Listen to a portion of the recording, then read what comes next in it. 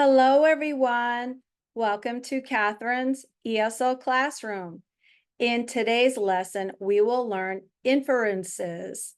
Think of inferences as your conclusion to the knowledge plus the text clue, something that we know and an idea of something, which are called inferences, or we can say conclusion.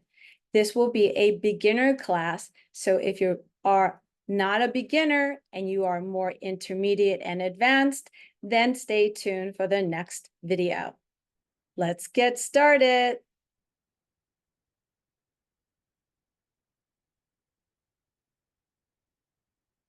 So thank you everyone for joining Miss Catherine's ESL classroom, a beginner class in inference.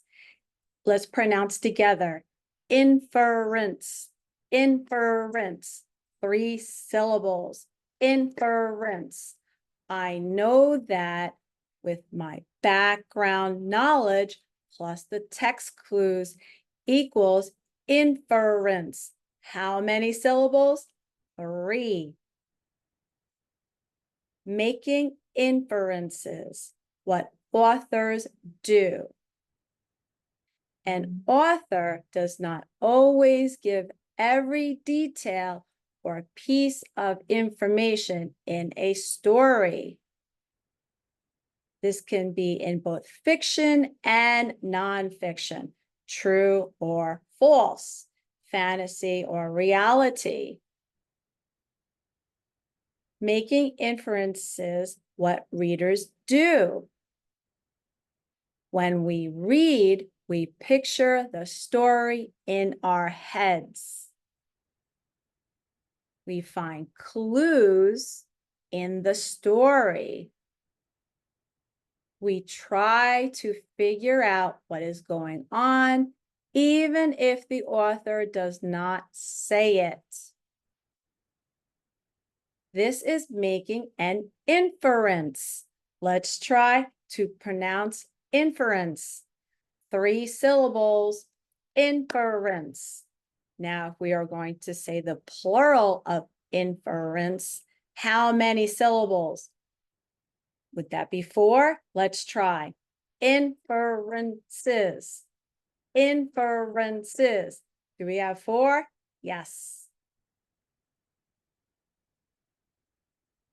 Let's turn and talk to each other. Let's talk about what readers do to make an inference, okay? Making inferences, what readers do. As a reader, you will make an inference or conclusion to give the information the author leaves out. So you have to think. Inferences help us to understand the story. Inference equation. Think math. 1 + 1 = 2. Clues from the text. So what we read, plus the background knowledge, what we know, and the information that is given to us, equals inference. When you make an inference, you take what the author has told you and add what you already know. What great readers do to infer. Use text word or clues. Use picture clues. Look for words that show feelings. Use what you already know, your knowledge. Ask questions. Now, to infer would be, infer is the verb. Inference is a noun, okay? Inference examples. What the author said. The author says the weather has been freezing cold for weeks. What I know already. Winter is the coldest time of the year. The inference is it is winter in the story. Okay, so let's talk about it again. Inference examples. What the author said, what we're reading. The weather has been freezing cold for weeks. What I know, winter is the coldest time of the year. The inference or the conclusion is it is winter in the story. Easy, right? Good. Another inference example. What the author said is the puppy was wagging his tail and running around Greg in circles. What I know, dogs wag their tail when they are happy and excited. What's the inference? The dog is happy to see Greg. Okay, let's go over this. The author said, could be the speaker or the writer. The puppy was wagging his tail and running around Greg in circles. So the author could be the story, the movie, or what someone is saying in a conversation. What I know already. Dogs wag their tail when they are happy or excited. The inference or the conclusion is the dog is happy to see Greg. Yay! What am I doing? The bat whacks the ball loudly. The ball flies into the air and into the stands. I hear fans cheering. Okay, the bat whacks. Okay, it's hitting it hard. It whacks, hits it hard. So the bat whacks the ball loudly. Where am I? I am at a baseball game. What am I doing? Okay, let's go back just in case you forgot. Okay, the bat whacks the ball loudly. The ball flies into the air and into the stands. Okay, you're at a baseball game.